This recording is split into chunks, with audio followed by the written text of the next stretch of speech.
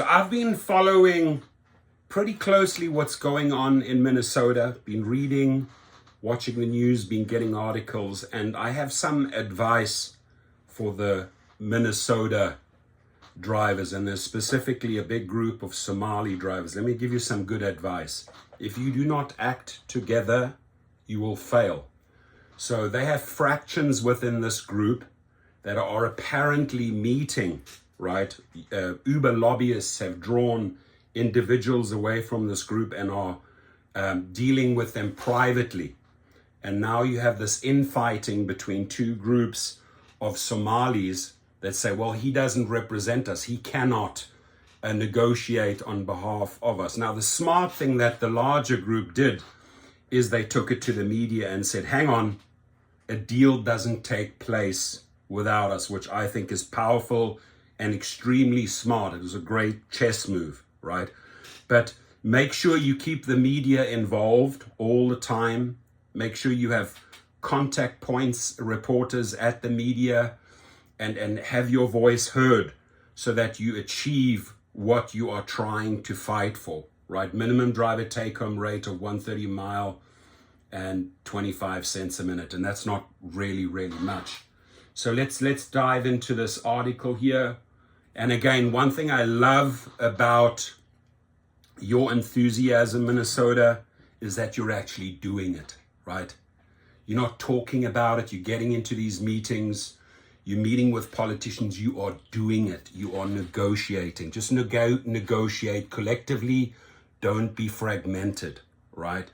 And they're doing way more than other parts of the country or other cities and other states. These guys are actually in the rooms fighting for a better deal for all Minnesota drivers. And that, my friends, I applaud big time, right? So great job there.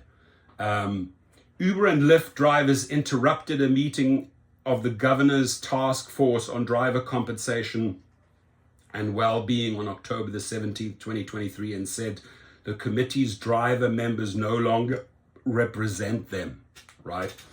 So what I think happened here is that an Uber lobbyist found a point of weakness and pulled them across and started negotiating with this one individual directly. A meeting of the governor's task force in charge of proposing regulations and minimum wages for Uber and Lyft drivers was interrupted Tuesday by drivers shouting their frustrations, alleging other drivers on the task force no longer represent them.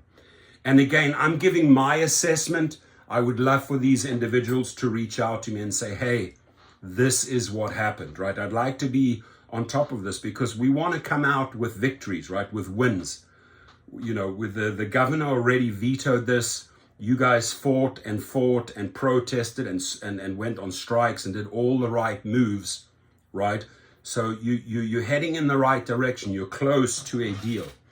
He is not representing us. Can we have a chance to talk, please? One driver shouted, but the task force plowed forward through multiple interruptions, discussing insurance, deductibles, and policies on rider service animals. The frustration boiled over after 5 drivers say they learned Aid Ali, president of the nascent but influential worker group Minnesota Uber Lyft Drivers Association, failed to negotiate with Uber and Lyft or tell drivers about a deal that could have won the governor's support and brought them bigger paychecks by now. He never negotiated and never shared information with drivers. He was always acting by himself, said Mohammed Egal, who said he is the vice president of Mulda. Ali did not respond to a call and text seeking comment. Mulda has until now shown a united front, turning out hundreds of drivers to march, right? So this Mulda group obviously doesn't sound happy with this one individual. So the group of largely East African immigrants successfully pressured state lawmakers to pass a bill guaranteeing them higher wages and protections against deactivation, even after Uber threatened to pull out of the state if the bill became law. If the governor vetoed the bill, after the governor vetoed the bill, his first veto, and created a task force to propose legislation next year, the group's president and 2 of its members were appointed to the 3 seats dedicated to drivers. The other two driver representatives are Mariana Brown and David Casa.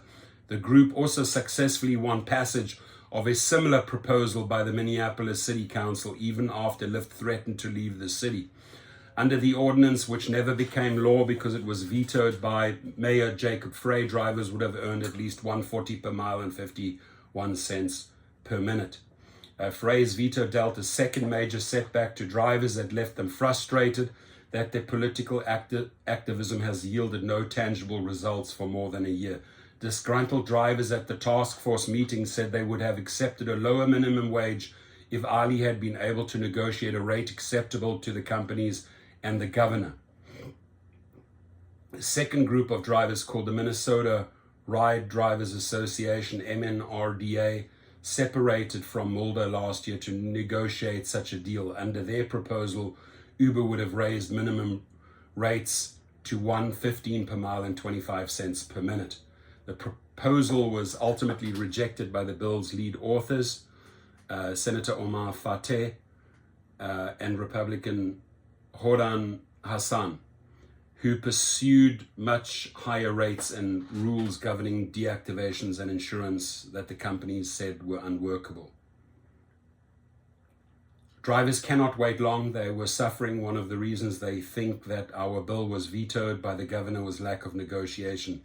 And the lobbyist, Freddie Goldstein, said she reached out to Ali before the legislative session. So she's pulling him aside, right? See how they operate? But he did not meet with her. She said she also received no response from Fateh, who told drivers the governor had committed to signing this bill. Wald said he made no such commitment, and his office said he did not meet with Ali before the vetoed bill. Fateh was also appointed to the task force, but withdrew before it started meeting. Egal said they want Ali to step down or else change completely. Some drivers accused Ali of not even being an Uber or Lyft driver. They formed a third group. So you guys cannot create all these little fractions, these little groups. You have to act unified, right? You got to consolidate and act unified. If this group's trying to negotiate, this group's trying to negotiate, this group's trying to negotiate a different deal, there's three groups here, you're going to get shit done. Okay? Just my word of advice. Have a good one. Your comments, please.